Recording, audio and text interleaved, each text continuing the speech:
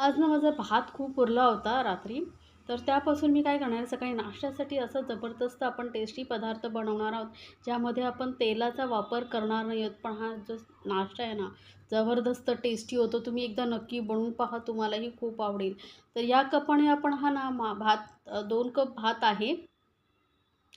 कुठलाही भात असेल तर चालेल. तर आता हा जो पूर्ण भात आहे आपण एक मिक्सर जारमध्ये घालून घेऊया. मोठं जे मिक्सर जार असतं ना ते घ्यायला म्हणजे ते घ्या म्हणजे काय होईल, आपल्याला व्यवस्थित वाटायला बरं पडेल. तर भात पूर्ण घालून घेतल्यानंतर यामध्येच त्याच कपाने आपण घालणार आहोत अर्धा कप रवा. बारीक रवा घेतलेला आहे. बारीक जाड जो असेल तो चालेल. तर अर्धा कप रवा घेऊ शकता किंवा पाऊण कप घेऊ शकता. त्यामध्येच आपण अर्धा कप दही घालणार आहोत आणि यामध्येच आता आपण घालणार आहोत पाणी. तर 1 कप पाणी मी घालते. आता हे एकदम बारीक वाटून घ्यायचं आहे बरं का आपल्याला. आता हे थोडंसं दाटसर वाटतंय ना, तर मी अजून अर्धा वाटी पाणी घालते, म्हणजे व्यवस्थित वाटलं जाईल. तर बघा, हे मिश्रण मस्त असं एकदम बारीक असं वाटून घेतलेलं आहे. आता याला काय करूया, एका मोठ्या भांड्यामध्ये काढून घेऊया. तर सर्व मिश्रण काढून घेतलेलं आहे. थोडं मिक्सर जारमध्ये थोडंसं चिकटलेलं आहे, यामध्ये थोडंसं पाणी घालून आपण हे परत या मिश्रणामध्ये घालूया.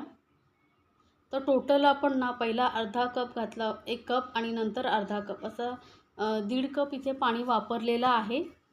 ते बघा, एवढं दाटसर आपल्याला मिश्रण पाहिजे, जास्त पातळ करायचं नाही आहे. आता यामध्ये रवा घातलेला आहे, तर तो फुलायलाही पाहिजे ना, त्यामुळे आपण याला थोडा वेळ रेस्टसाठी ठेवणार आहोत. पण त्याआधी आपण यामध्ये ना मीठ घालून घेऊया, म्हणजे व्यवस्थित मीठ लागेल. तर चवीनुसार मी मीठ घालते. कारण रवा पाणीही शोषून घेईल थोडं आणि थोडं मिश्रण हे दाटसर होईल. त्यामुळे जर सुरुवातीलाच तुम्ही दाटसर ठेवलात तर थोडं परत पाणी मिक्स करावं लागेल. तर आता हे मिश्रण आपण साईडला ठेवून देऊया झाकून आणि आपण या स्नॅक्सबरोबर खाण्यासाठी एक चटपट अशी चटणी बनवून घेऊया. तर मिक्सर जार घेतलेला आहे छोटा बाऊल, त्यामध्ये आपण घेणार आहोत ओलं खोबरं. तर अर्धा कप मी इथे ओलं खोबरं घेते. सोबतच आपण 2 मोठे चमचे भरून फुटाणा डाळ घेतलेली आहे किंवा शेंगदाण्याचा कूटही असेल तोही घालू शकता. आणि 2 हिरव्या मिरच्या घेते मी. आता तिखट तुम्हाला आवडेल त्यानुसार तुम्ही मिरचीचं प्रमाण कमी जास्त करू शकता. 2-3 लसणाच्या पाकळ्या घालायच्या आहेत आणि खूप सारी घालायची कोथिंबीर. चवीनुसार घालूया मीठ. तर मीठ घालते आणि यामध्ये ना थोडंसं पाणी घालायचं आहे आपल्याला आणि एकदम असं मी दाटसर चटणी वाटते. तुम्हाला थोडीशी पातळ हवी असेल तर वाटू शकता. पण माझ्या घरी दाटसर चटणी आवडते, त्यामुळे मी थोडंसंच पाणी घातलेलं आहे आणि बघा मस्त अशी घट्ट अशी चटणी वाटून झालेली आहे. ही आपली झटपट अशी ही नाश्त्याबरोबर खाण्यासाठी चटणी तयार आहे. आता बघा 10-15 मिनटं झाली होती आपल्याला बॅटर ठेवून. तर मस्त बघा पहिल्यापेक्षा दाटसर झालेलं आहे. तसं आपल्याला हे बॅटर पाहिजे. आता वळूया गॅसकडे. तर गॅसवरती मी एक पॅन ठेवलेला आहे. नॉनस्टिक पॅन घेतलात ना का तुम्हाला इथे तेलाचा अजिबात वापर करायची गरज नाही. व्यवस्थित गरम झालेला आहे. गॅस एकदम मंदावरती केलेली आहे आणि प्रत्येक वेळी असं मिश्रण ना असं व्यवस्थित मिक्स करून घ्यायचं आहे आणि मोठ्या चमच्याने असं मिश्रण हलकं सोडायचं आहे. म्हणजे काय होतं, व्यवस्थित आपोआप पसरलं जातं. आणि जर तुम्हाला असं वाटतं आहे का थोडंसं एका ठिकाणी जमलं आहे, तर तुम्ही चमच्याने सरळ करू शकता. पण असं व्यवस्थित बघा, यामुळे कसं होतं हो, जाळ्या बघा किती छान पडलेल्या आहेत. जसं-जसं हे मस्त मुरत जातं छान असे जाळ्या जाळ्या पडतात आणि व्यवस्थित वरच्या साईडने सुकेपर्यंत आपल्याला हे पलटायचं नाही. आता हे वरच्या साईडने पूर्ण सुकल्यानंतर आपण ह्याला पलटून दुसऱ्या साईडने हलकंसं भाजून घ्यायचं, जास्त नाही. एक काही सेकंद आपण हे हलकंसं भाजून घेणार आहोत. पटकन काढून घेऊया. असेच आपण बाकीचे स्नॅक्स पटापट बनवून घेऊया. तर बघू शकता किती झटपट आणि इझिली निघतंय.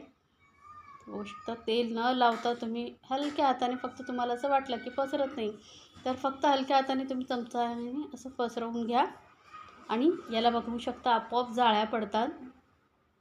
मस्त आपलं स्नॅक्स तयार होतं. थोडा वेळ जातो, बबल्स निघतात आणि ते फुटून तिथे जाळी तयार होते. तर बघू शकता आपली ही नाश्ता किती झटपट होतो. नेहमी शिळ्या पोळ्यांचं राईस भात वगैरे उरला का आपण मग ते तेलकट करण्यापेक्षा जर तुम्ही असा नाश्ता बनवून घेतला तर झटपट असं इन्स्टंट तुमची आंबोळ्या तयार होतात. काहीही पूर्वतयारी करावी लागत नाही आणि जबरदस्त टेस्टी तुमचा नाश्ता होतो. आपल्याला तेलकट खाण्याचा कंटाळा येतो, मग त्यावेळेस तुम्ही असं पौष्टिक आणि भरपेट असा नाश्ता बनवू शकता. तर एकदा नक्की बनवून पहा आणि मला सांगायला विसरू नका बरं का, तुम्हाला ही रेसिपी कशी वाटली. अशा छान छान रेसिपीसाठी आपल्या चॅनलला सबस्क्राईब करायला विसरू नका. सोबतच बेल आयकॉनवरती नक्की क्लिक करा. तर बघू शकता किती पटापट आपण हा नाश्ता बनवून घेतो आहे. जास्त वेळही लागत नाही. काही सेकंदामध्येच तुमचा हा नाश्ता जो आहे 4-5 मिनटामध्ये तयार होतो. तर ही गरमागरम अशी आपल्या उरलेल्या भातापासूनची आंबोळी आणि चटणी तयार झालेली आहे. नक्की बनवा आणि एन्जॉय करा आपल्या फॅमिलीसोबत. कलर बघू शकता किती सुंदर आलेला आहे.